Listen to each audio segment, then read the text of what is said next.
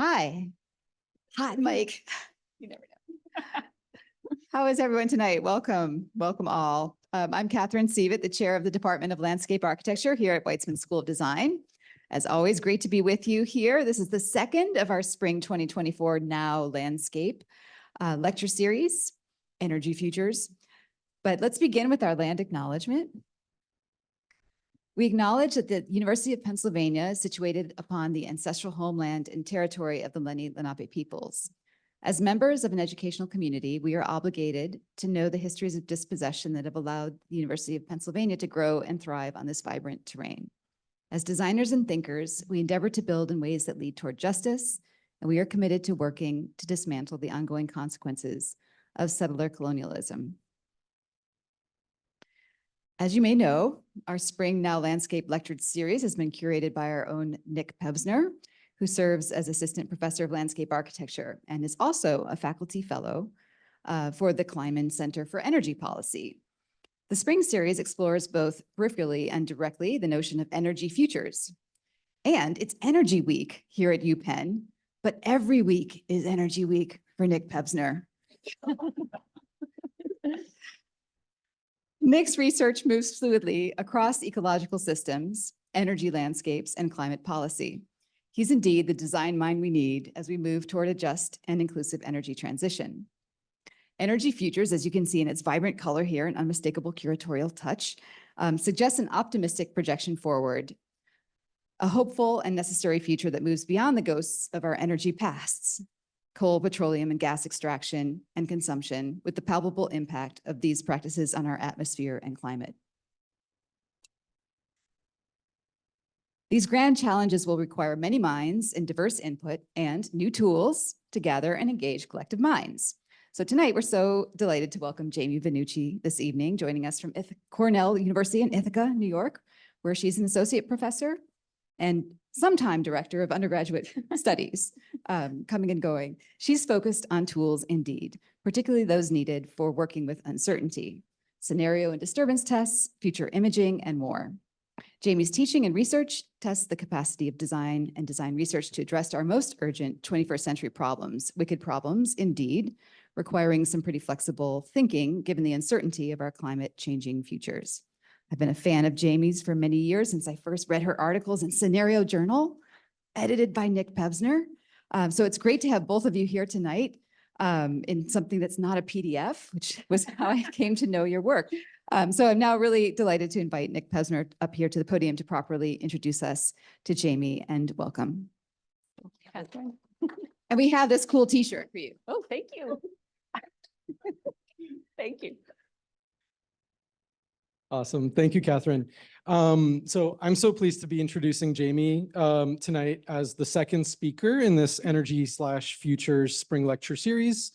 But before I introduce her, I'm supposed to let you know that continuing education credits are available for tonight's lecture and that there's a sign-in sheet with a QR code in the back. Also, I think on some of the tables here and on the door, in case anybody needs them.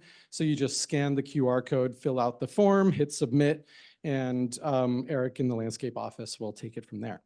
But back to the introduction. So with attention to rivers and floodplains, to feral forests and fallow farmlands, to landscapes of infrastructure and of labor, Jamie's research focuses on what she calls strong sites, landscapes driven by change and dynamic processes, and by the climate adaptation strategies that work with these dynamic systems and attempt to wrangle their various threats. Her teaching and research works, as Catherine said, with uncertainty and with wicked problems, at times engaging with landscapes of energy extraction, with landscapes of carbon dioxide removal, with ecological systems for sure. And so with a list of topics such as this, she and I seem to be kind of fellow travelers on two paths running in rough parallel through the kind of large unruly forest of ideas, sometimes traversing a similar terrain without quite meaning to. And so it's always a surprise and delight to hear about Jamie's latest project and recognize some of the familiar traits and resonances of her work. Engaging with the climate crisis, with forests as living systems and as carbon sinks. And so while I feel like the energy piece is a bit of a shoehorn into Energy Week and pure timing. And I don't know if energy will actually be in tonight's talk of Jamie's. It's around forests that she and I connected most recently at a wonderful conference that Jamie co-organized with Karen Lutsky that brought together a fascinating cross-section of designers and thinkers that engage with trees, with forests, with forestry, and with the social and cultural layers of the forest. She has been an amazing critic in my Fire and Forest Studios, a fellow carbon nerd, somebody always game to think through climate fictions. And Jamie's framing of design research as a distinct mode of knowledge production, one that is especially needed now amid the novelty and uncertainty of our climate changed futures, really resonates. Her lecture tonight, Tools for Designers in Changing Climates and Uncertain Times, will discuss approaches to managing the unknown and working with and through uncertainty to offer us a toolbox that we can take forward into operating with confidence in these uncertain times. And so it's with great pleasure to be able to introduce Jamie here tonight. And I'm really looking forward to hearing which line of investigation she has been pursuing most recently and see if we've once again found ourselves within shouting distance on those entwined tracks. Thank you, Jamie. Welcome. Thank you, Nick. Hi, everybody. Can you hear me okay in the back? Okay, too loud? Okay. Thank you so much, Nick and Catherine. I really appreciate the invitation to be here with you all and to talk about some work that includes both work that spans my entire career, all the way back 20 years or so, and new work that I've been looking at recently on my sabbatical. So this is a big sort of kind of working model, I guess, of uncertainty and how I believe design researchers are particularly well suited to deal with uncertain futures. And I would love this to be a conversation. So please don't hesitate to stop me if I'm glossing over something and you need more detail. I want to also make a land acknowledgement. The lands where I live and work are lands, the unceded lands of the Gayagono people. The Gayagono are members of the Haudenosaunee, or Six Nation Confederacy, and that precedes the establishment, of course, of Cornell University, Ithaca, and the state of New York. And I acknowledge the painful history of Gayagono dispossession and honor the ongoing connection of the Gayagono people, past and present, to the lands and waters, and I work toward a deeper understanding of their lifeways and teachings in many studios. This might be a little bit awkward, but I brought my dad along today. This is my dad. He passed away on February 1st. He was a land surveyor, and I worked with him on and off between the time I was 14 until I was 22. Land surveying in the eastern United States is full of uncertainty, trying to connect precision-seeking laser instruments to tiny prisms through thick forest cover, cobbling together information from old deeds written as far back as the 1700s that cite old apple trees at property corners and measurements in units called chains and made with them. It requires field searches for artifacts, a barbed wire fence, amidst successional forest, that apple tree, and those left by surveyors past, blazes slashed with machetes into bark, but partially healed with time, iron pins and pipes at the end of remnant stone walls, and sometimes buried by them, and trying to calibrate measured field distances between these points across a messy, mutable landscape to perfect paper geometries. My dad talked about allowable margins of error, 1/10 of a foot if I recall, a thought that sprang to mind whenever I got bored holding a plumb bob for too long, only to have it slip a few inches to the side a moment before he yelled, "Whoop," to let me know that he had captured the location. He faced other uncertainties too, those that came from owning your own business closely tied to the housing market in the boom-bust Catskill Mountain region, or a rare disease diagnosed just months after his retirement. Making your way through our healthcare system is a confounding process, let alone with a condition few doctors have even heard of. Landscapes and lives are full of uncertainties. And I think it's interesting that these landscapes and lives really intertwine in both changing climates and the ways we might adapt to them. A quick cataloging begs the question, are levels of uncertainty higher today than they've ever been? We have global conflicts and nuclear threat, the extent and differential impacts of climate change, economic futures and job searches, which you all, I'm sure, are thinking about, political upheavals and the backpedaling of human rights, AI's potential to dominate humans or at least take their jobs, effects of social media, and the spread of disinformation and increasing social division that comes with it. And sometimes uncertainty is embedded and manifests in our physical landscape. Here you see a levee where members of a community nearby where I live pass through every day on their way home. Like losing a loved one, these uncertainties destabilize the ground beneath our feet and bring with them a deep grief that we rarely acknowledge. When it comes to what climate change may bring, we are either blind to or bewildered by the coming changes. In a recent interview, writer Elizabeth Rush said this, "I find more and more it is also important to acknowledge that human-made climate change and all of the losses that are piling up already as a result is scary, unsettling, and deeply disrupts our sense of who we are and where we are going.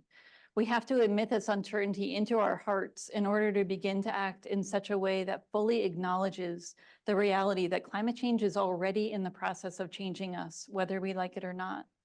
And then she asks, what does our disassembling world ask of us? This talk is about uncertainty and adaptation to changing climates, atmospheric, social, political, and how we can learn to keep thinking and imagining and acting even in the face of not knowing.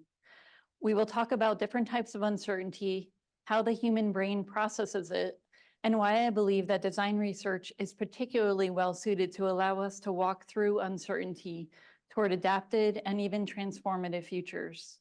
In fact, just as it motivates questioning in science, uncertainty can drive real transformative change, even radical change. I will draw on my 20 years of teaching and testing, interviews with an array of academics and practitioners acting in the realm of climate adaptation with a loose focus on the geography of New York City, and a lit review. I also draw on discussions I have had with co-editors of this forthcoming book called Design Research for Uncertain Futures, Ozayr Saloojee of Cornell University Architecture and Sarah Dooling, who has a background in social work, urban ecology, and energy transitions. I'll share a suite of tools for designers working through uncertainty and finish with a focus on futuring and time. Uncertainty is a fundamental fear called the one fear to rule them all by psychologists. To ensure our survival, evolution has led us to develop a negativity bias, which means our brains prioritize negative information over positive and are more likely to expect a threat than a reward in an uncertain situation. Fight or flight is a typical response. Erring on the side of caution, we prefer even a negative known outcome to not knowing at all. It's interesting, the experiments that psychologists do are really actually quite terrible. And sometimes they do an electric shock where if a group that knows they're getting an electric shock will be less stressed than the group that isn't sure they're going to get an electric shock or not. And I find that to be really interesting and telling. So what is your tolerance to uncertainty? This is a test that you can find online, and this is just a set of questions from that test. But just go through a few of these for yourself and see where you end up.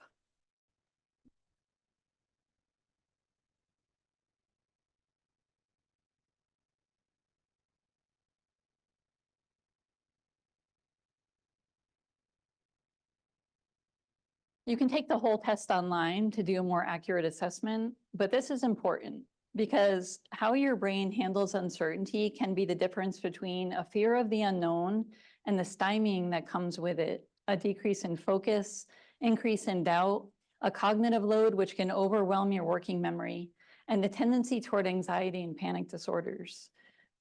Or with higher tolerance to uncertainty, a moment of reframing, reconsidering, and an updating of your mental model. One pathway shuts the brain down by overloading it, another opens it to new information, to see a problem or situation with fresh eyes.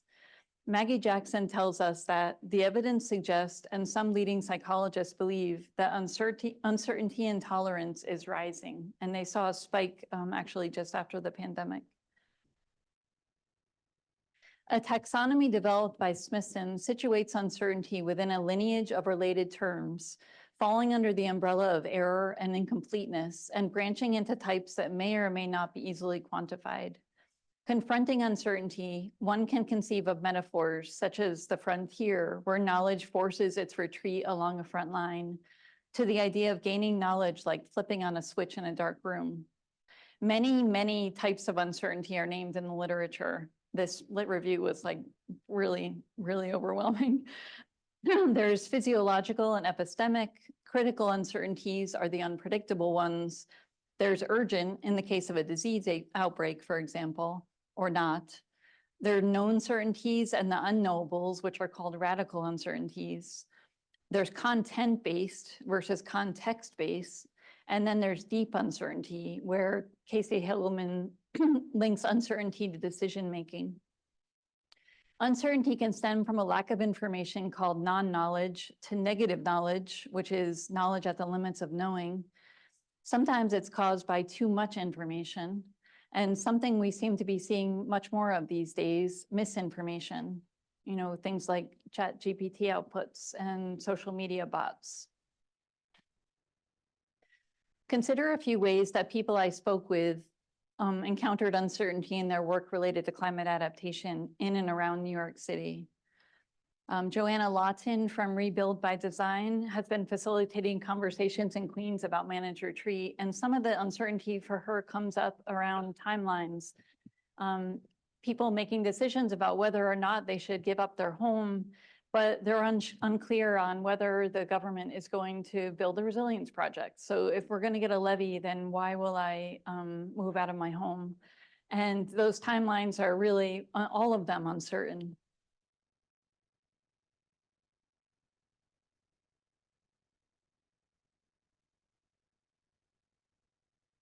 I asked these interviewees to word associate with me when thinking about uncertainty in their work related to climate adaptation. Each person gave me 3 to 5 words plotted loosely here along a spectrum from positive association on the left to negative association on the right, where perhaps uncertainty might mean risk or even liability. Note from this slide that the words tend to be mostly neutral to negative. No matter your tolerance, uncertainty brings discomfort. So it's no surprise that writer Maggie Jackson says, we are constantly working to reduce the very cognitive capacity that most broadens our mental horizons. Reynolds describes the work of Vikas Sohal, an associate professor in psychiatry and behavioral sciences, who studies how in mice, anxiety can keep the balance between behavior that's too reckless, say risking predation, and too cautious, which might mean missing out on food or potential mates. Upon encountering uncertainty, there's a moment when the way forward is unclear. There's always a trade-off between avoiding things that are potentially dangerous and exploring them because there might be a payoff, says Sohal. How do we cultivate our capacity to tolerate uncertainty so that we can benefit from its more generative potential toward the payoff of design invention and thinking beyond adaptation toward more radical change? In the design fields, Lauren Dyer and colleagues describe a typical problem solution approach to design in the literature that treats uncertainty as an existing condition that must be resolved to reach an outcome. They then offer another perspective, the dialectic of possibility or opportunity and realization or creation. If uncertainty is an aspect of design that the problem solution approach typically flattens, the shift to a design as a dialectic of possibility means uncertainty might appear as an existing condition, but also as a design aim, as a design action, or a preferred condition. Studies on the relationship between uncertainty and expertise have revealed how learning and experience in one area can reinforce neural pathways of the known and increase our resistance to not knowing. Maggie Jackson describes many examples of what's called cognitive entrenchment, Where pathways become ruts, our skis don't easily slide out of, and we jump quickly to answers and use actually less of our brain to address familiar problems with fluency and efficiency. Interesting research ties the use of search engines and smartphones to an inflated confidence in the knowledge gained. I looked it up on Google, therefore, we usually take the first entry and run with it. And higher intolerance of uncertainty with our devices. Robert Aish is a visiting professor of design computation at the Bartlett and former director of software at Autodesk. He wrote, "Tools give possibilities. From these possibilities, we discover advantages. Advantages become convenience, and convenience can too easily become convention. Some tools, or the way tools are used, make certain forms or processes convenient, and this can have a deeply conservative influence on design." During a 2-day Great Lakes Design Lab interdisciplinary workshop, which Sean actually attended, I believe, in the Cloquet Experimental Forest in Duluth, Minnesota, Director Karen Lutzke and I asked participants to bring their disciplinary tools to the forest the first day. And then on the second day, we all traded tools and repurposed them to see the forest anew. Another way we might disrupt cognitive entrenchment that comes with expertise is through intersectionality in education, as described here by Linda Shai, who has degrees in environmental studies, international studies, environmental management, and urban planning. And she's an expert in climate adaptation. She says, "There's an uncertainty in myself as to what I even know as an expert. Certainly in the field of planning, there's a lot of hand-wringing as to what planners know as their own special expertise, when there are many who claim to be urban experts in one way or another that do have very strong disciplinary and methodological grounding in something. So I guess in that sense of self-doubt, there's an acknowledgement that I don't have much confidence about a projected future, because I know so many different things that I can see going in so many different directions, and that there are many influences that shape a particular thing. So I guess I have the converse of having a sense of surety about a method of discipline. I have the appreciation for the multiplicity of different influences and factors that makes it harder for me to firmly agree on one particular line of thought. Destabilizing epistemological foundations is at once exhilarating and unnerving, but it's one way to cultivate the capacity to hold space for the unknown and see multiple facets of a problem. Although uncertainty is what drives their curiosity and questions, scientists are always working to reduce it. For many years, I thought an ecological approach to landscape architecture would involve the merger of science and design. However, after a decade of experimentation with these ideas, my position has shifted toward considering design research as a distinct mode of knowledge production that is complementary to science and engineering. In fact, with colleague Sarah Dooling, I've come to see that science, despite all of its advancements and discoveries, which should not be understated, of course, they're very important, but it struggles in a few key areas. And it is precisely these areas where design research can serve as a critical complement.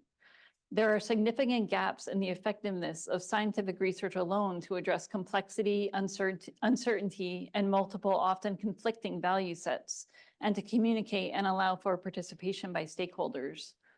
Climate change is accelerating and adaptation demands action, but uncertainty can impede engineering when there's a problem to be solved, typically by way of a physical outcome.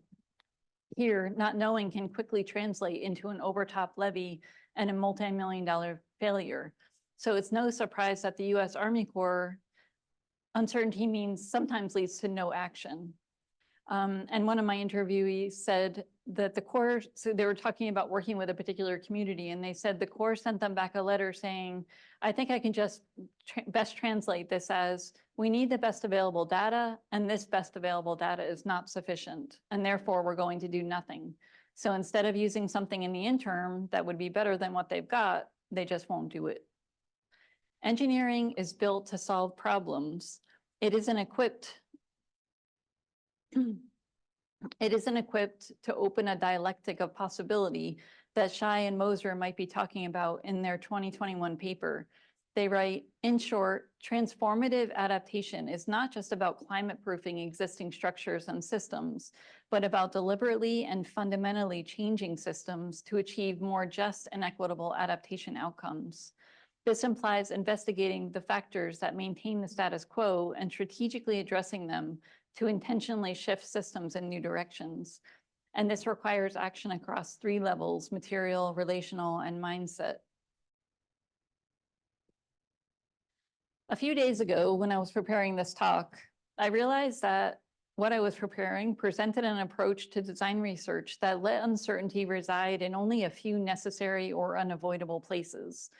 After reading and discussing and thinking, it is clear that our goal should not be to eradicate uncertainty, but to cultivate our capacity to dwell in it, even dance with it.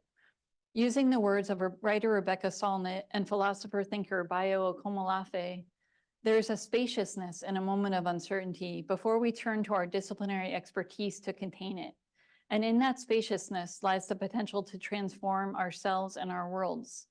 What follows is a quick tour through 6 approaches to productive uncertainty encounters that I hope will cultivate a design culture that celebrates the unknown for its generative potential. Uncertainty in our projected futures will remain high. The emerging skill set of the design researcher is increasingly needed.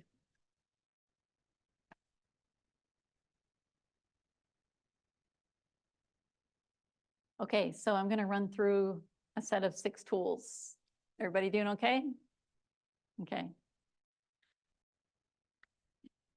So I love this thing that Kate Boycourt of the Environmental Defense Fund said to me, because I think we all have this moment. And she says, personally, every time I start a project that is new, it's uncomfortable and I get writer's block. It's something I have to overcome every time.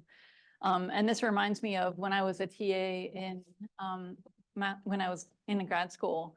And I walked, here I was very interested in ecological design, and I walked over to a student and she told me excitedly, I got my metaphor early this time. And it was just soul crushing for me. It was a horrible moment in my TA experience, but I get that, because that discomfort, sitting in that discomfort before you know where a project is heading can be really difficult.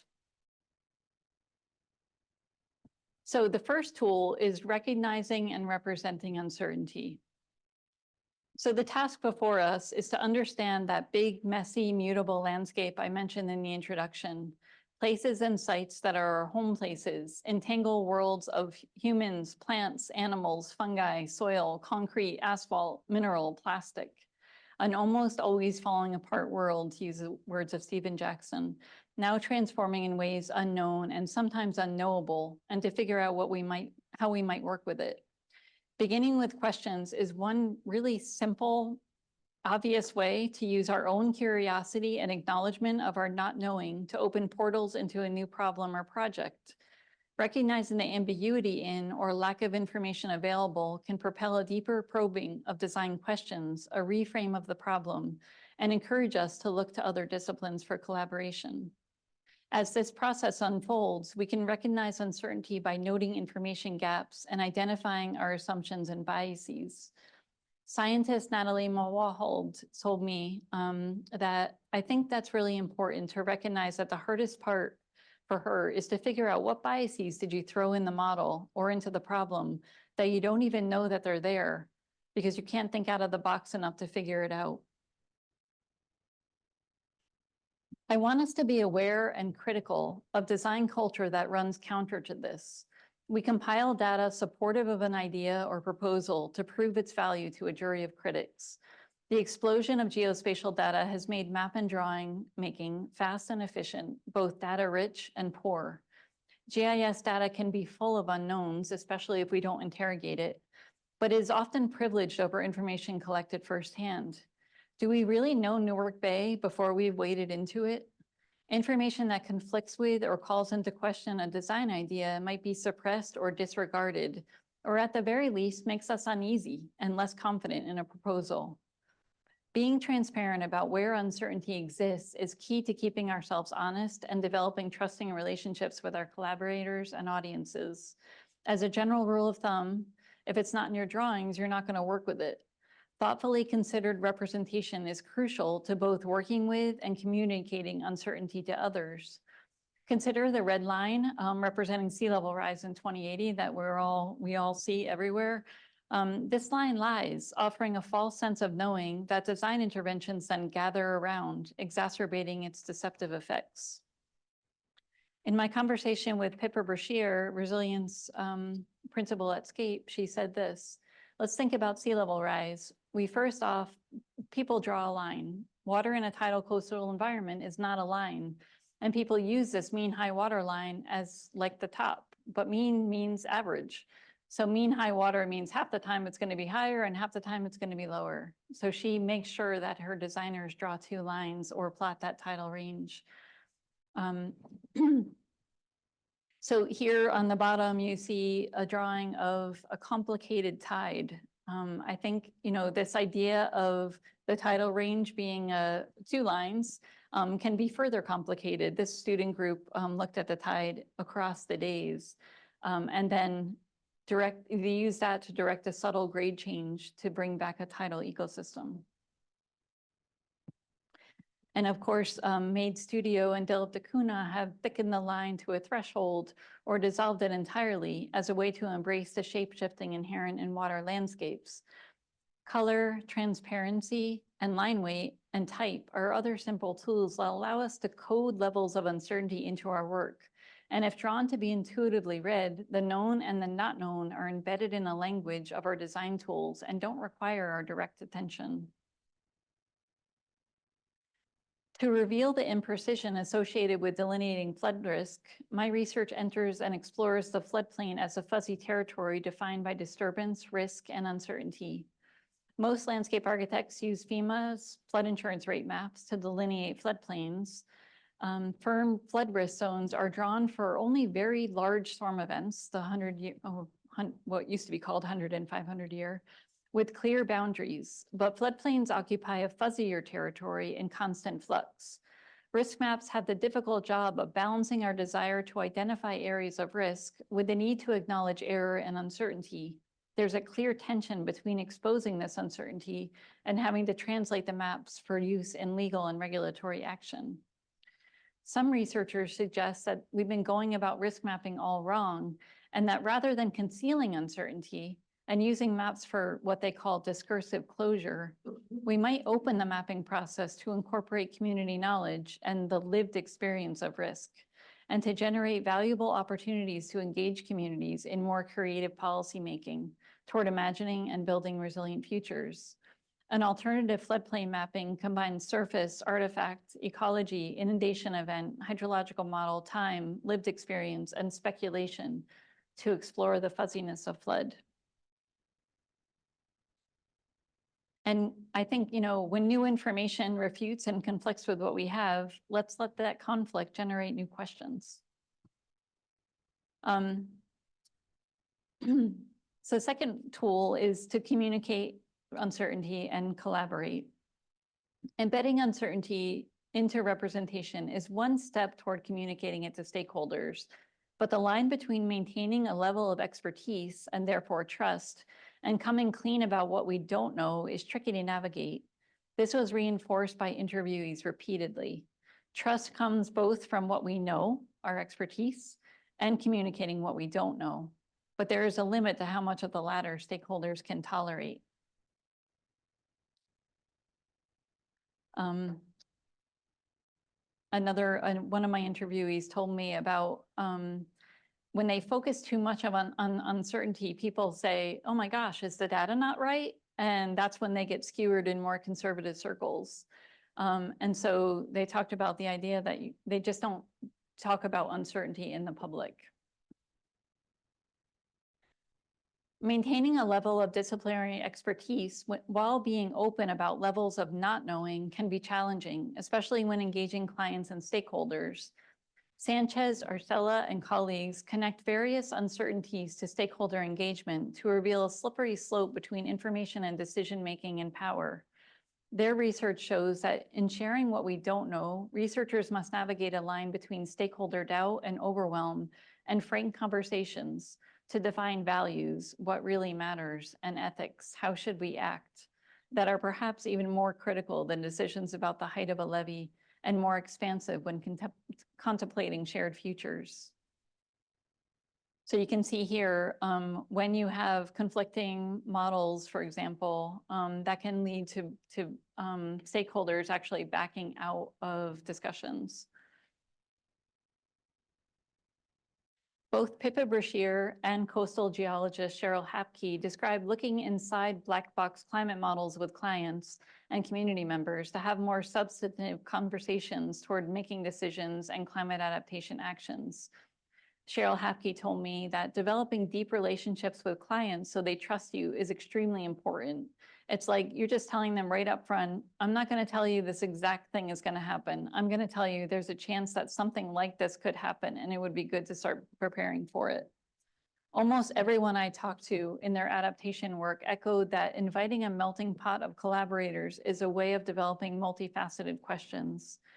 I've always liked Larry Suskind's joint fact-finding approach, where value-based questions direct inquiry so that facts are not delivered by outside experts, whom stakeholders may not trust or understand, but information is gathered by a collective of people working together. This approach can counter information asymmetry, as described by Kate Boycourt. She said, I think there's a growing amount of uncertainty and information asymmetry, and I think in anything you do, it's really hard to know, she's talking about politically here, who's talking to whom and who's donating to whom. And while you can't cover all your bases, you just have to put your best foot forward. Collaborating with community stakeholders can be an invaluable way to uncover lived experience of landscape change. Here you see Coney Island residents editing a flood map we had compiled using their own much higher resolution lived experience data. I think embodied knowledge comes in this case from passing kids from schools to parents' cars and school buses across flooded roadways. You definitely remember where that flooding has occurred when you do that. All around New York, the FloodWatch and FloodNet programs are gathering flood information in real time in real places, either collected via residents' photos or LiDAR sensors mounted over streets in locations identified by people as flooding hotspots. Documenting community places during flood and calibrating these photos to climate projections can be an important way to make abstract scientific data relevant in places people live and work. So Pippa Brashear from Scape talked about sending her designers out to take photos during big rain events and then tying that data to climate models, right? So you can say what you saw there in that flooded condition is similar to what would happen with 3 feet of sea level rise and a spring high tide. Okay, tool number 3. Models and all kinds of testing. In order to comprehend the wondrous, entangled complexity and dynamism of landscape and its materiality, the model proposed here is an attempt to capture and hold that conglomeration unfolding in time and may take the form of a 4D model or moving map. These are the terms I'm working with right now, but if you've got something better, please make a suggestion. The model both introduces uncertainty by inviting in the agency of key site actors, acting in ways we can't always predict, and reduces it by identifying and spatializing knowns and seeking to tie them together. I think of the things we make as ever-evolving containers for the information we are finding and founding, working to gather and calibrate information that grounds itself at vastly different scales, so that the drawing is pushing out at the boundaries and collapsing in on itself all at once. Focusing on one drawing or model rather than doing a giant set of drawings on a PowerPoint, for example, shifts the focus to seeing site components, people, plants, non-human species, processes in relationship. When new information enters, the drawing must not just be edited, but rearranged, rethought. The drawing has to open itself and then rethink itself to accommodate. Way back in undergrad, I developed a very rudimentary model, of a small chunk of the Allegheny River in Pittsburgh, relying on field observation and measurement and newly acquired knowledge of how channelization might be altering integral river processes. Then designed an alternative flood wall to counter these effects, even if on a very small scale. The design worked with the river processes to slow flow and harness flood to basically co-generate an urban riparian landscape over time. Since then, I've been testing the idea of the working model in different forms in studios. Models can stretch back into the past and project forward as key forces and drivers exert their agency in a place. Futurist Kate Delaney writes, driving forces are, simply put, the building blocks of the future, and every site has got them, right? This model activates the landscape around key questions toward an understanding of how agents, whether a zoning code or an ocean current, interact and generate a particular landscape over time. These site processes can in turn fuel design intervention so that design change is supported from within or from the inside out. This shift also means that design outcomes are less predictable and more open-ended, and maybe you could say weak, and suggests the need for longer-term study of design performance and a more sustained presence post-implementation by the designer. And we'll talk more about that in a minute. A collective interdisciplinary model, whether algorithm-based or more like a mind map, we have a big spectrum, becomes a shared understanding using a common language or a way to connect across disciplinary languages. And one of the things I want to say is that I'm always looking with these to find ways to fold more of the material world in, because I feel like that's what gets lost, but that is what connects us, the landscape, right? That material world. So, you know, I'm just going to run through a set of these. This is what's driving this big drowned drumlin field in Boston Harbor. And this student team looked at a set of forces there and the materials, especially soils. Here's another soil-based one where these students looked at a set of processes that impact soil, like compaction and contamination and flooding, and then cataloged where they thought those processes had occurred into a set of different soil types. This is a working model that Maria Gula and I have done for the forest change along the Erie Canal. This one is about dune building along the outer harbor in Buffalo. And you can see some of this here where we're trying to have these maps and drawings be intuitively read. So rather than going to a legend for everything, right, you try to get a feel of what the place is like. You describe some of those forces and agents in ways that are intuitively read. And then this is a studio from last year where, again, you see this idea of now moving to model, physical model, working in material. And these models are really all about iteration and design intervention followed by site response. So when you peel up ground, forest returns to a golf course, for example.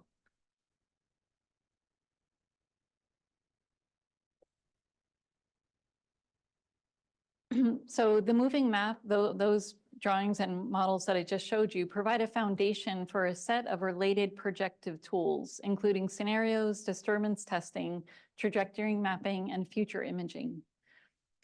So simplified models like this one should not be underrated. Research shows that simple models may be more effective in leading to effective decisions.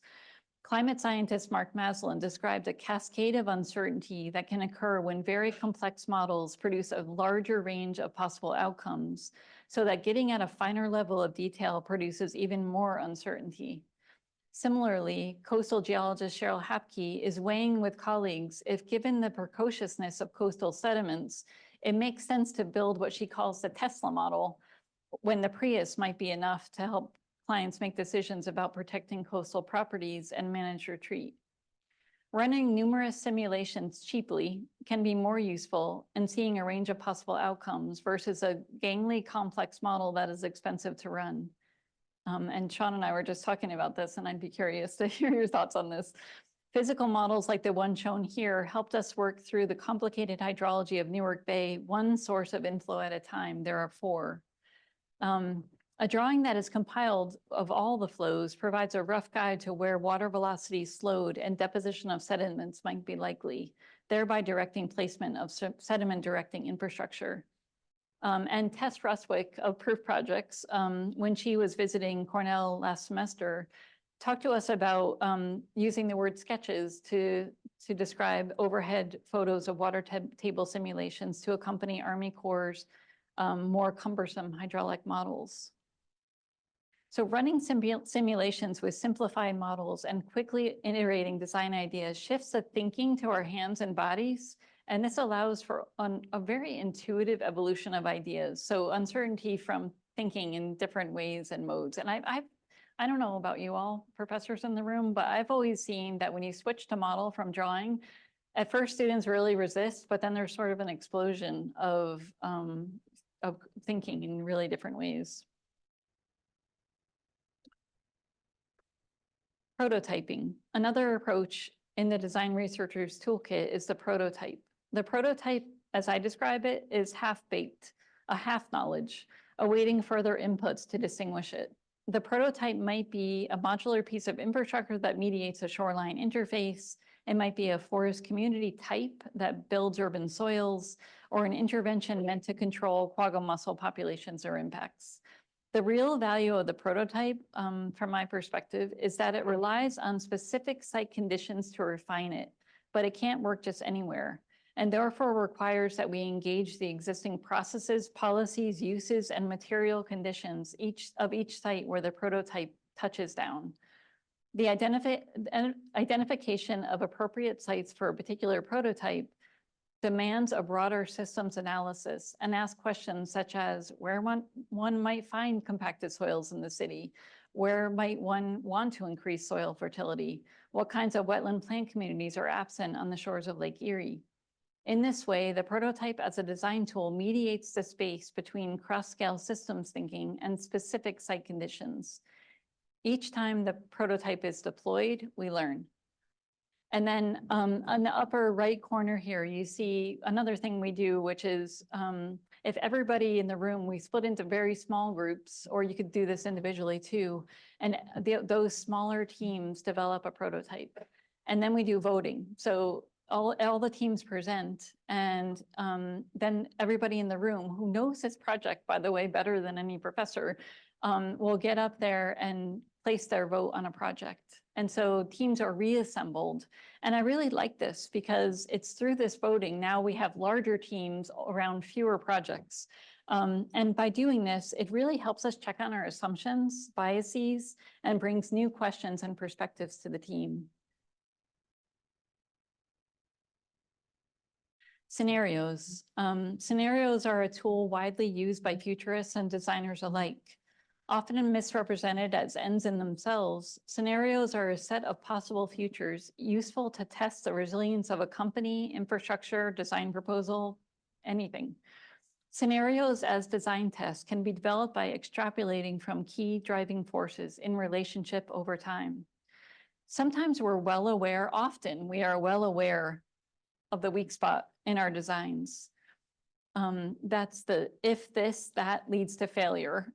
These make really good scenario tests. For example, in a project that develops soils and forests on vacant lots in the city, what happens if the population increases due to climate migration, causing an increase in new housing demand and a change in the zoning to support higher densities? These tests show under what condition a project might work as intended and when it might fail. Iterating and evolving the design toward greater resilience to that possible change might follow. I put this in here because I always thought this was an interesting project where a student developed a big set of agent cards, so site agent. She was working on the Cayuga salt mine. And she did this as a way to draw scenarios, because a lot of times, so I've just mentioned one way you might do this, right? Which is by attacking the sort of weak spot in your design. But we're also limited. We're limited by the way we've been thinking about the project, right? So in this way, she drew these cards and then thought about what the scenario would be that would come from that card selection. And then she would develop it as a design proposal.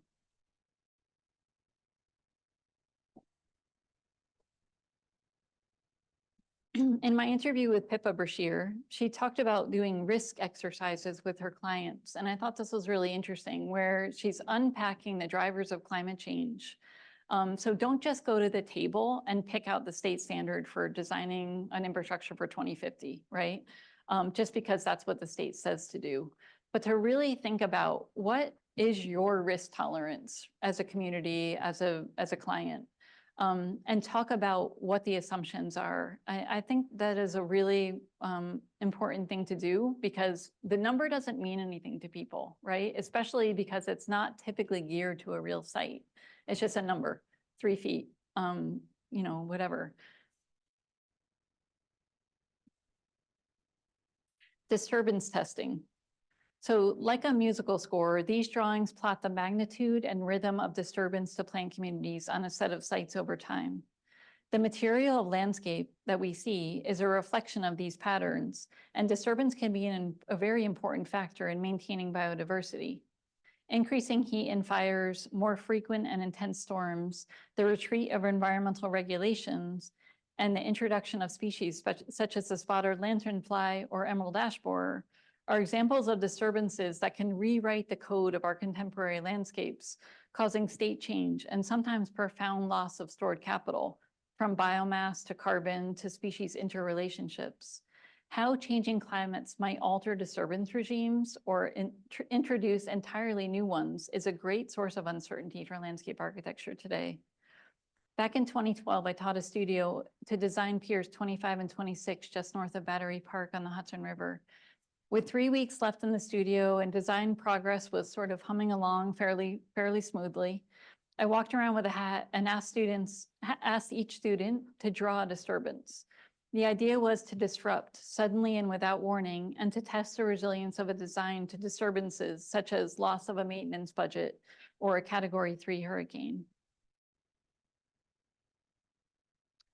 The Resilient Cities Lab asked workshop attendees who have co-produced scenarios for their cities where they're working to draw disaster cards and then test the ability of their co-produced scenario to be resilient to that particular disaster. Okay, trajectory mapping. If driving forces are the building blocks of the future, trajectory mapping is one way to project them in time. The trajectory drawing plots site change toward an unknown or a desired future with time on the x-axis usually, and your chosen variable on the y. Y-axes have included intensity of program on the high line, maintenance from low to high, also on the high line, biodiversity, including introduced or propagated species and volunteers, or the fuzzier spatial temporal dynamics of the Downsview ecosystem. And I asked around several people if they knew what this diagram meant exactly, and not too many people did. So if anyone knows, let me know. Trajectory maps can include planned and timed design interventions, a site's organizing processes like forest succession or urban expansion, expected disturbance events, and rhythm, as well as design response, all of which may or may not be working in relationship. These drawings can help identify important leverage points at key moments in time.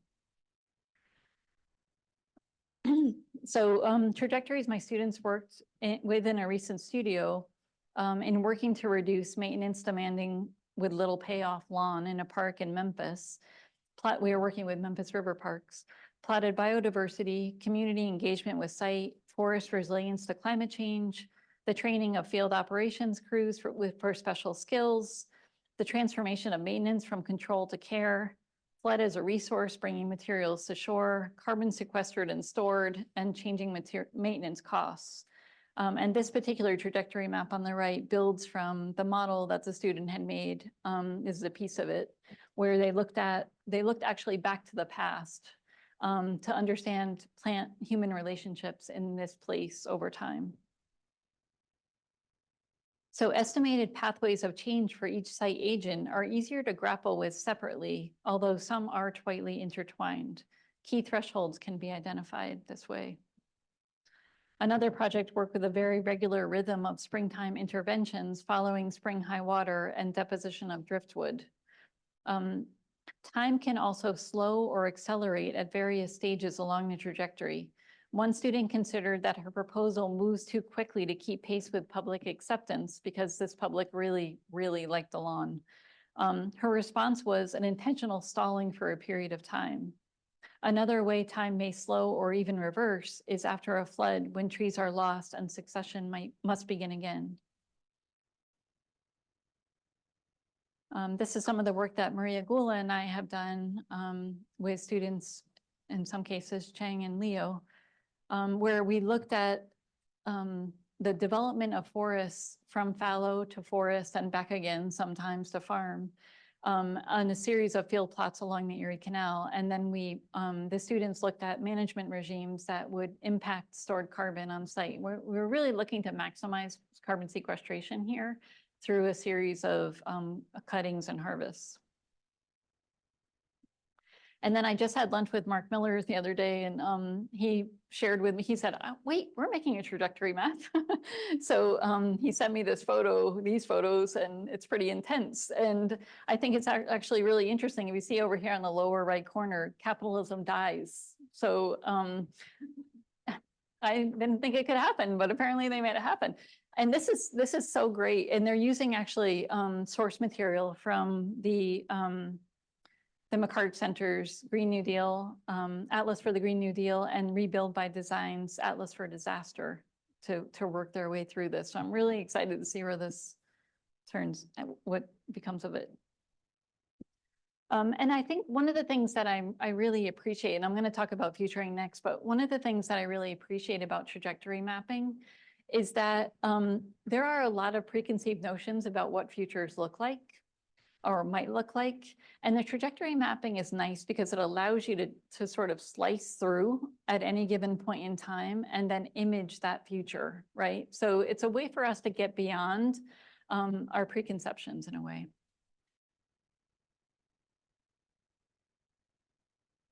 So I tend to agree with Rob Holmes, and I have a feeling that you all are doing a really good job with futuring here. So I'm just going to tell you about my experiments.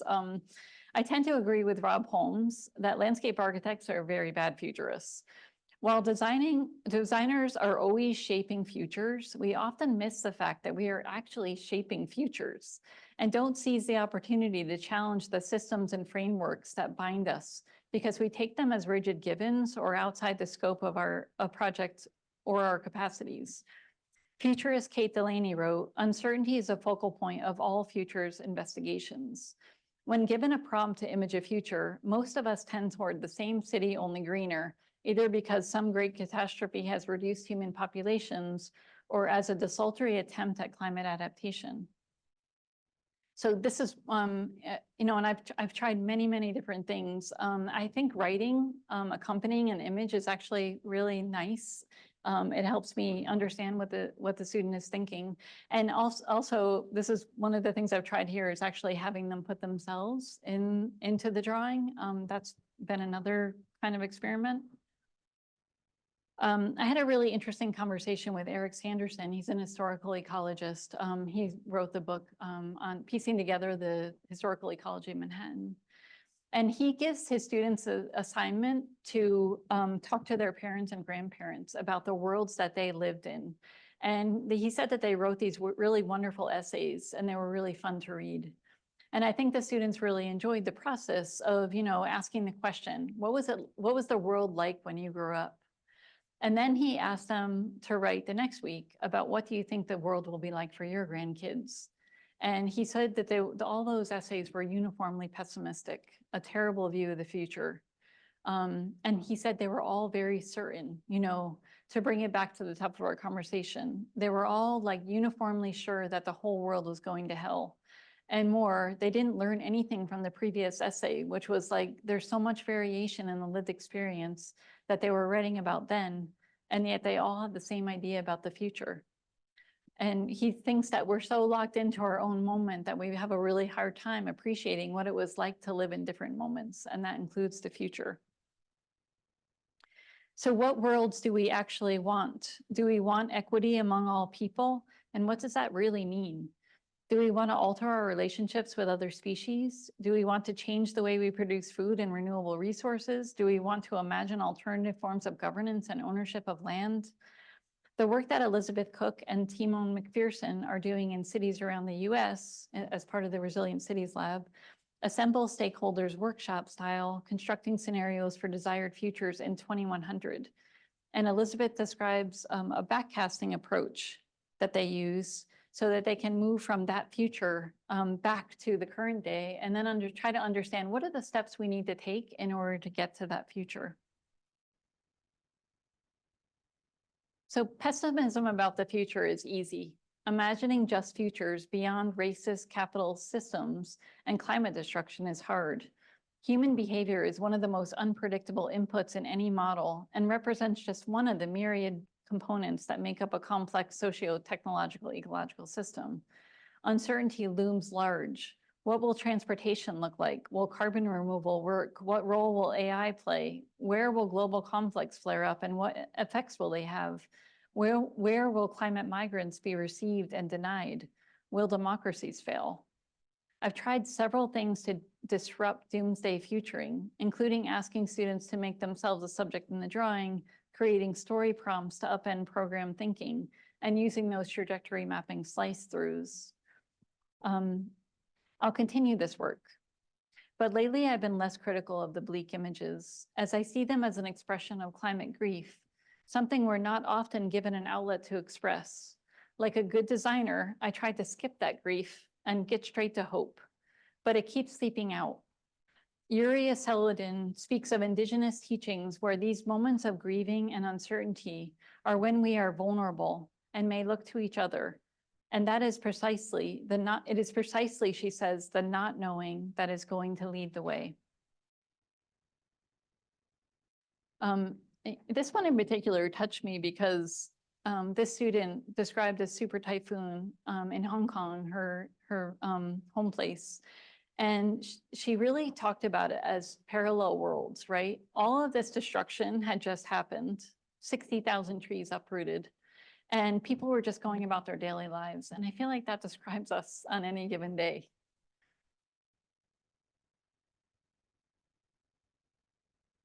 Okay, adaptive everything.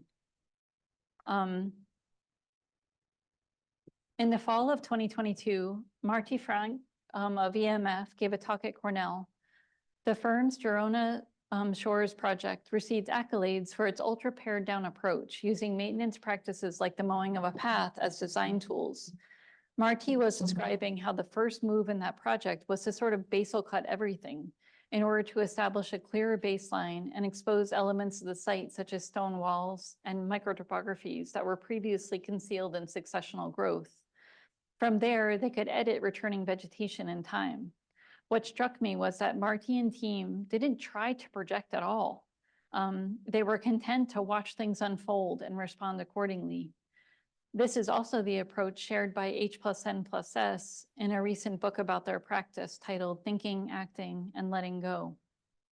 While futuring can be a critical tool when collectively reimagining radically different futures, in some cases, an act, observe, and learn approach makes much more sense and may be more cost-effective when uncertainty is high, budgets are low, and outcomes not fixed or known. Maintenance puts us in relationship to plants, homes, and ecosystems. Concepts of care and repair work toward those worlds we want, as Stephen Jackson describes here. He says there are two radically different forces and realities. On the one hand, a fractal world, a centrifugal world, an almost always falling apart world. On the other, a world in constant process of fixing and reinvention, reconfiguring and reassembling into new combinations and new possibilities, a topic of both hope and concern. The fulcrum of these two worlds is repair, the subtle acts of repair by which order and meaning in complex socio-technical systems are maintained and transformed. Human value is preserved and extended. Above all, repair occupies and constitutes an aftermath, growing at the margins, breakpoints, and interstices of complex socio-technical systems as they creak, flex, and bend their way through time. It fills in the moment of hope and fear in which bridges from old worlds to new worlds are built, and the continuity of order, value, and meaning gets woven one tenuous thread at a time.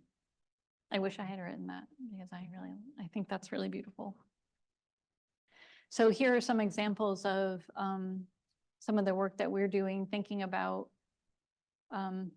adaptive design, maintenance. It's a huge area of focus for me lately, and I find it to be very generative thinking in this way. This is some of our carbon stuff.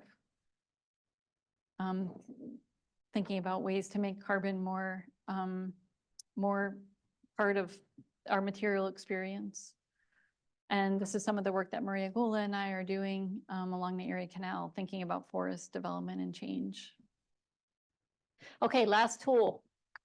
And I think you're gonna like this one. This one's fallow time and switching.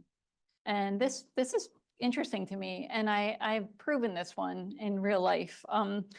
Working in fits and spurts and taking breaks to not think about your work at all incorporates what Jackson calls fallow time, stepping back from productivity, relinquishing control, and even forgetting for a while is a way to work with the way the brain processes information. Design schools often, and I'm guilty of this, push sleep-deprived productivity in the name of rigor.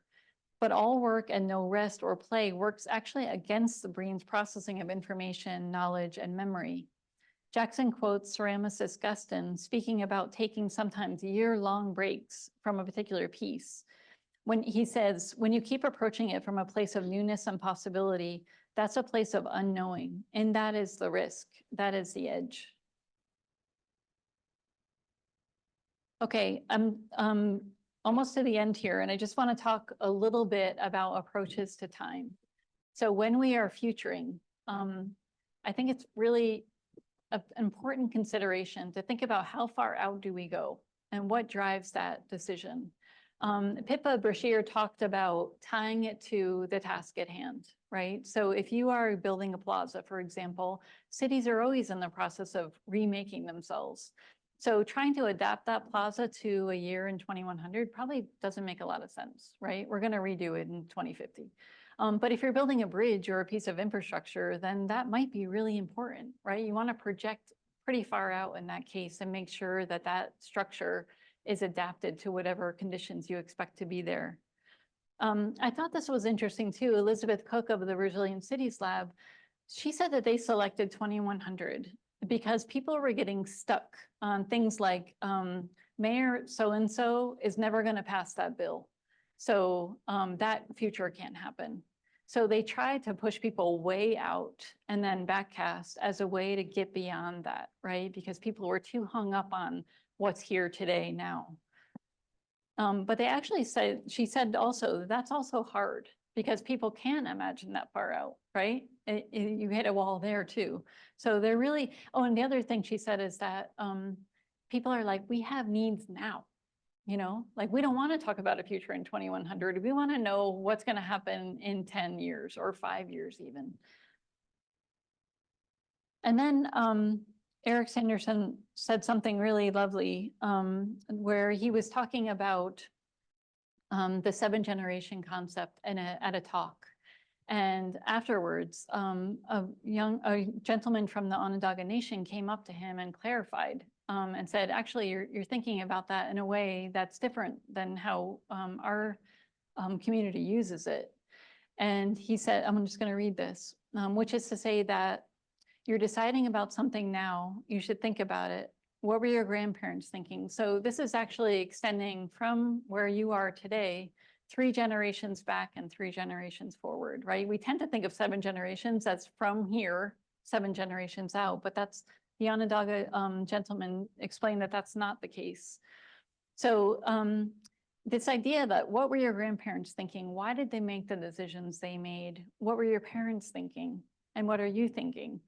You know, as you make the decision and you're thinking about, you should think about what are the consequences of your decision for your kids and for your grandkids and for your grandkids. And I also think that's something very wise about that. And that is that it's kind of as long as we typically live, right? So there's this string that connects those generations. And he says, it's hard. Human lifetimes are such that it's hard to know people much beyond those 7 generations. I think there's also something very kind of human about that way of seeing time.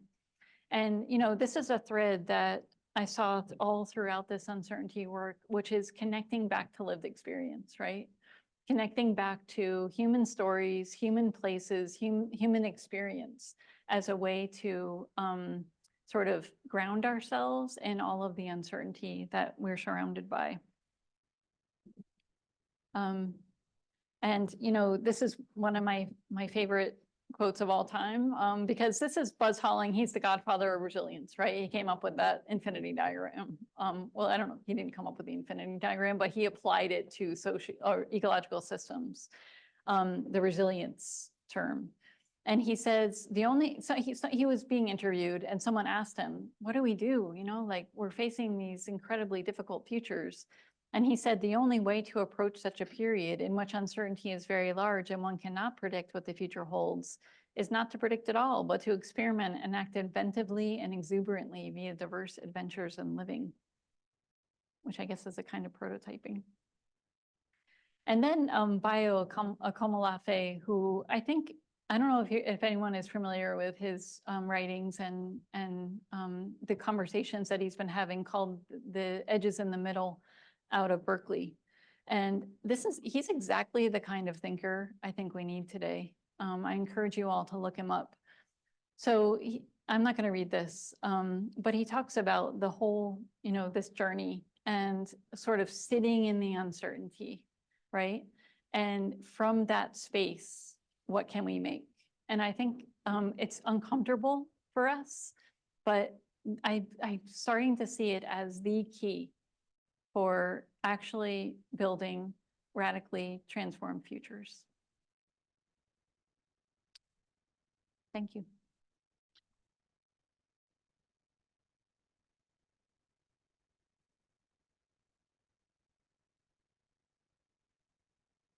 All right. Thank you so much, Jamie. We've got some time for questions. We have a mic, so I'll pass it back. Who wants to start?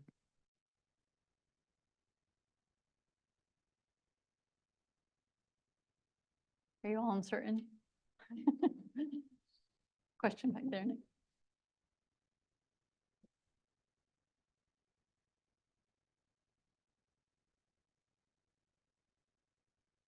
This question is because no one asked the question, but what do you like about this public figure, this philosopher? I just found the webpage. Thank you for offering that. But yeah, talk about what you like, connect with. He convenes really difficult conversations. And I think the approach is listening first, rather than, I know he talks about expertise quite a bit and how our expertise actually hinders. One of his guests the other day said something I really liked, which is expertise annihilates, right? Like it enables us to sort of come at somebody else and shut them down. And I really, the flood mapping I was showing you, like I think the idea of opening up conversations is actually much more challenging and difficult to do well. And that's what I love about what he does. Check it out. He has a webpage too, which I should have put the link here.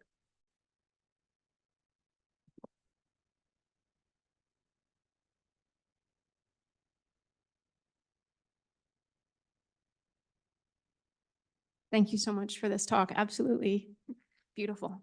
I'm curious, I think when you talk about the desire to stay with uncertainty and to really embrace that state, I think after this talk, we're all with you. And I wonder when you're in a situation where you don't have the ability to communicate in this way. So for example, when you're just starting to work with students or other collaborators, can you just talk about the process of opening that up and kind of hoping that people will come into that with you? And, do you have ways that that's been successful, or do you, are there ways that you've seen people, or I guess maybe what do you do when you're in a situation where, you just don't feel like that's an option for people, right? Yeah, well, it's interesting because I think that knowing things can also enable you to sit with not knowing things more. I think the more, I'm sure everyone in the room feels this, I think, that the more you know, the more aware you become of all the things you don't know. And I guess there's, with experience, it just builds. You know, like when I first started teaching, I remember just having the rug completely pulled out from under me so many times, you know. I remember going up to students' projects and just, for some of them, I would just have a million things to say. And then another one, it would just be absolute crickets. Like I just couldn't think of anything, you know, I couldn't get in their head to what they were trying to do. And it was really difficult. But the more, I think I do think I have a higher uncertainty tolerance. And it's interesting too, that many of the people that I interviewed, many of them said, oh yeah, I mean, I'm steeped in uncertainty all the time, but not in my personal life. In my personal life, everything needs to be totally orderly. So I do think there's probably something to that, that we get overwhelmed if it's everywhere, because it is everywhere. So we try to build our ordering systems wherever we can, just like nature does. You know, I think we're always in the process of building and destroying. And that comes to knowledge too, you know, like, I guess I just gotten to the point where, you know, a former chair of mine said to me once, everything's a pilot project with Jamie, because I just like to try things. You know, I like to experiment with things, and I'm not really that afraid of failure, because I think failure is a really important part of the process. We learn just as much from failure, maybe more, because we have a negative cognitive bias. So it sticks with us more.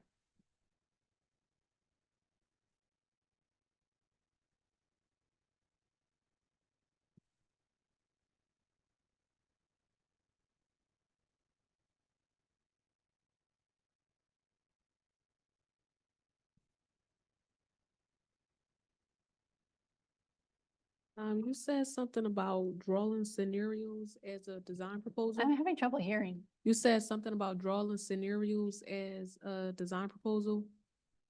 Drawing scenarios as a design proposal.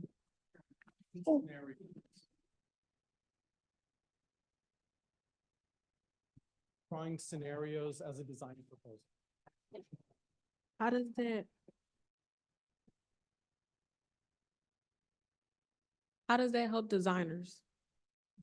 Drawing scenarios as a way to design? Yeah. Yeah. I mean, I guess you can make the argument that most of our design work is a kind of scenario, right? We're testing different ideas. But I guess the way that the scenario testing is different is that you're projecting a world that your design will exist within some point in the future. And you can do that in many, many different ways, right? But a couple of the ways that I find to be really sort of most impactful are identifying those weak spots in your design, right? So that you can really challenge your work. I think that we tend to think of our designs as too precious, right? But we really want to be honest about it and understand where are those weak spots, and then try to either understand that's when my project fails, or work to make it more resilient to those conditions. And, you know, I've had students in the past where I've told them, you know, like, your project fails here at this point, you know, it reaches its end, and they would not accept it because they don't accept the world's failure.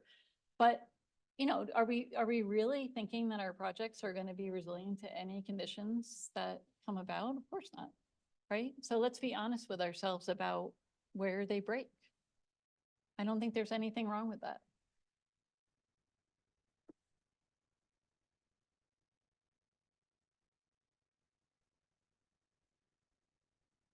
Thank you for these lovely words on uncertainty and the importance of ambiguity in design. I was really taken by your discussion about models. I think a lot of architects and designers architects and landscape architects alike see their models as these like precious artifacts that should be in a museum. And when reality, you know, a more dialectic or maybe a little bit more sporadic model maybe is more reflective of situations. And I just want to hear more about models. Yeah. I love the working model. There's nothing I love more right now in my teaching. Just because I see the impact that it has on the way people work. Getting beyond that preciousness is so important because when it's not until we can iterate, right? All of the good things in design come from iteration. And they also, I think with landscape architecture, well, architecture too, the material world is so important. But when we live in the digital, we can very often lose that first, right? And I think the digital is equally important. I'm not downplaying the digital at all. But I think working on model materials, carefully selecting model materials, right? Like what mimics or what behaves like the material that I'm representing, those are such rich questions. And then working on the model, you know, I could have showed you 100 other photos, but like actually messing it up, right? By adding water and watching what the water does and peeling it back and, you know, fixing it sometimes, actually repairing it because you've gone too far. Those are all so important. And I love how, you know, like when you're working digitally, you often can't work together. But when you have a big model, and these models are big that we work on, you know, the team gathers around and everybody's sewing or shredding or cutting or something, and that they have conversations. You know, there's a dialogue that happens around the model together and everything's a negotiation, you know, like I want to do that there. No, that's not the right material because we're working in this language, you know, and those dialogues are just incredible. So I highly encourage the working model. I actually was looking, when I was looking through all my stuff for this presentation, I found an old PDF that one of my colleagues sent me. We do research together. It was exactly that, those kinds of models that you're talking about. And I, for a moment, got this like sick feeling because they're also beautiful and also sometimes very important. But you know, I'm a messy person. I mean, not in my house, but messy in that I think that work should be messy. I don't think we learn as much when we keep everything perfect. My car is messy though, I'll admit that. Hi, thank you so much for your talk. I was interested when you talked about your shift in thinking about the 7-generation idea. And I was curious if you could talk a little bit about how thinking about the past might help open up the future. Yeah. That's interesting. Well, there are many ways that the past, and this is something that I did not stress enough here, and that is that there's lots of uncertainty in the past too. And I think that maybe is the biggest source of interest for me when thinking about the past right now, which is that, you know, whose stories were told, who had the power to collect information and transmute those stories, whose stories got recorded and whose got lost, or where are they hidden? Where did they get actively suppressed? Those kinds of questions are really interesting to me. And I think that, you know, in talking to Eric Sanderson as well, you know, he talks about this idea of triangulating information. So sometimes he has way too much information, but he knows that it's all from the same kind of people, you know, same kind of level in society or same kinds of like explorers, let's say. And it's really interesting because, you know, sometimes, I don't know if anyone here has read, as part of the Coney Island work, I was reading Henry Hudson's accounts of coming up the Hudson River the first time around. And it's really interesting because they're describing things that they never saw before. You know, they're trying to describe a beaver, but they never saw a beaver. So, you know, and then he talks about triangulating. So not just understanding those stories from a very European perspective, but also looking at that same got through the languages or the stories of others like indigenous people, and trying to piece those together. And, you know, not saying one's not important, but trying to relate them, which I think is really key to understand the past.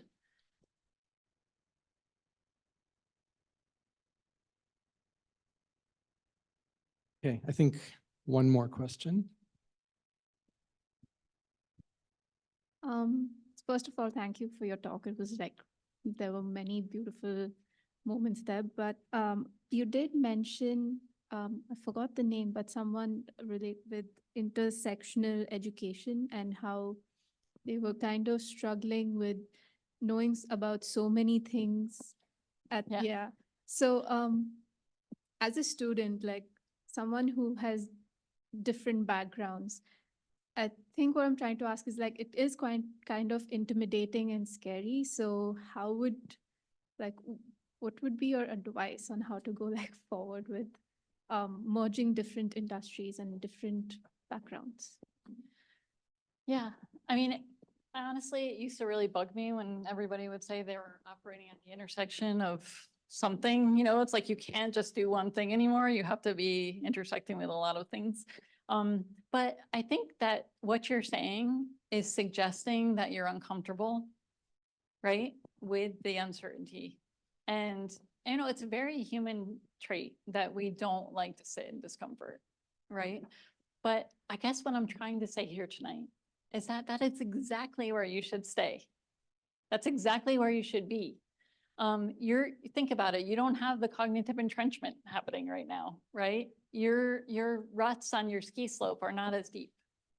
And I think that's a good thing.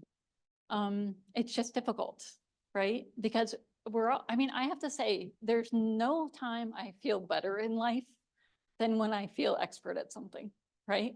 Like, it's just this moment when I'm like, yes, I know that, I owned it, but that's not good. That's not necessarily good, right? It's those moments, or it's not as productive, right? Because all I did with my expertise was prove my argument. But that's not a way toward radical transformation, right? That's just me showering the room with my very limited expertise. And I think if you can learn to sit in the discomfort of not knowing and listen, right? Cultivating the skills of listening in those times, then you're exactly where we need you to be. If You're seeing problems as multifaceted. I think if I can give myself the ability to ask the last question, since I already hold the mic. But thank you again, Jamie, very much. There was such a richness to your slide about the vocabulary of unknowing and uncertainty, and I'm happy that we have like a much richer nomenclature than just Donald Rumsfeld's for unknowns and knowns. But I'm thinking back to actually the very first issue of Scenario Journal, and we had an essay in there by Renee Kaufman, who is a landscape architect and urban ecologist who worked on the New York City Million Trees project. And she talked about uncertainty using the medical metaphor, saying that doctors too practice in a mode of constant, not quite total knowing, working with confidence amid uncertainty. Mm-hmm. And how do you project both expertise and a moral confidence in a space where the science is ever evolving? And so I just wanted to maybe, as the last question, ask what you think about that medical metaphor for us landscape designers. Yeah, I mean, I think this is sort of what I was trying to get at with this idea of navigating the line, right? Between being expert in some things, right?